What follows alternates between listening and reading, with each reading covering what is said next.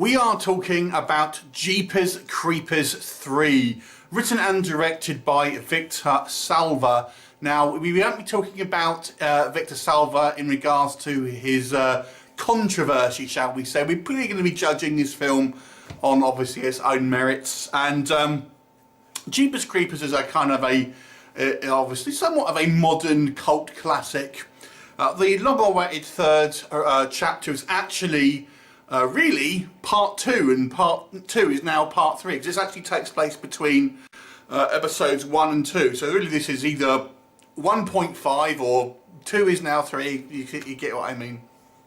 And this really, they really kind of paint themselves in the corner with this 20-year 3 thing, 23-year, gap that it sleeps and all that. But let's discuss. So it really focuses on a group of hunters as they are trying to kind of track down, obviously, this creature, but obviously before it can kind of like kill anyone else. And it focuses on a few kind of separate characters ultimately that come across the creeper in one way or another, and obviously how they kind of deal with it and will they survive.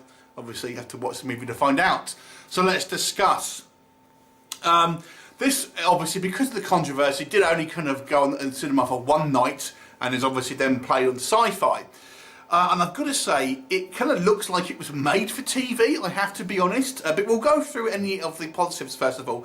The first one, I would say, is, and, Victor Salva has an eye for cinematography, because I do think there are some very, very artistic and quite beautiful shots in this movie. There's a great scene where the creeper's kind of chasing this guy through this kind of like misty field, and I think it looks absolutely amazing. And there's some great kind of shots where obviously the creeper is kind of jumping up and kind of using its wings to kind of glide and fly. I think it looks great.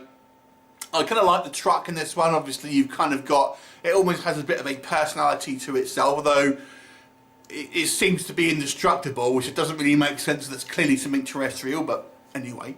So that's all quite good. You actually see quite a lot of the creeper in this one, and it's kind of nice to see him in a kind of a daylight setting, although maybe the makeup doesn't look quite as good as the previous 2 kind of entries.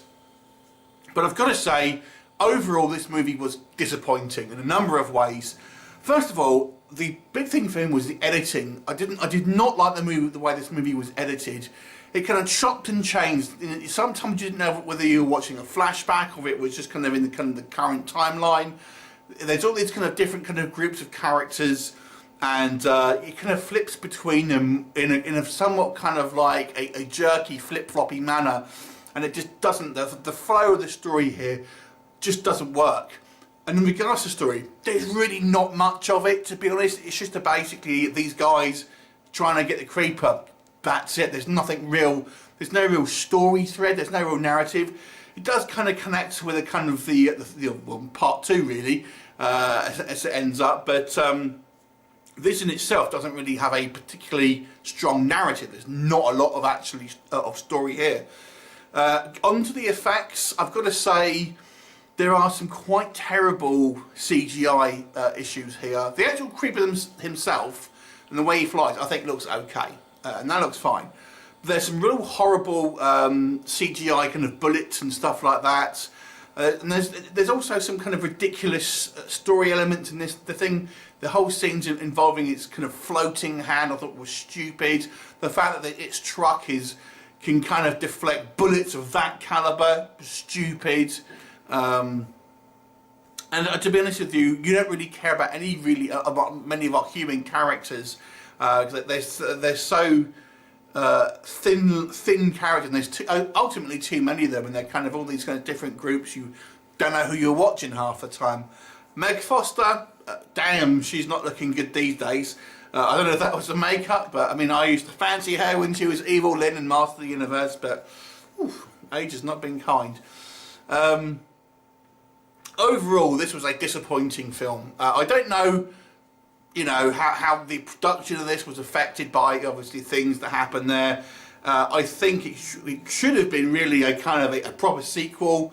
It doesn't really have anywhere to go, and it's only this. I would liken this film to, if you've ever read like a Star Wars Expanded Universe novel. They don't have any real impact because it kind of feels like the story's already kind of set, so any events in this can't really have any lasting impact on the actual story themselves, and this is the problem when you set it between two existing films. It just feels like any kind of characters here have to be wrapped up and won't have any impact on the further story. And I feel the most frustrating thing is that it was hinted at that you would find out the origin and a bit more information about the Creeper, and it kind of tickles you but doesn't actually tell you anything. It's very frustrating after all this time. Obviously I don't know if this this franchise will continue past this point. Who knows? I mean, it would be good to see a later sequel when he kind of wakes up. I guess it'd have to be in the future at some point, but this entry, I've got to say, I mean, I think I like the first two movies, and they were actually quite strong. I know people don't like the second one, but I kind of enjoyed it.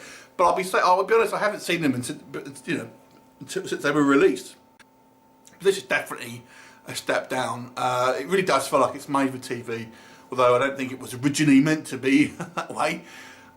Disappointing, 4 out of 10. Have you seen it? What did you think of it? Leave me a comment and I'll look forward to seeing you next time. Bye for now.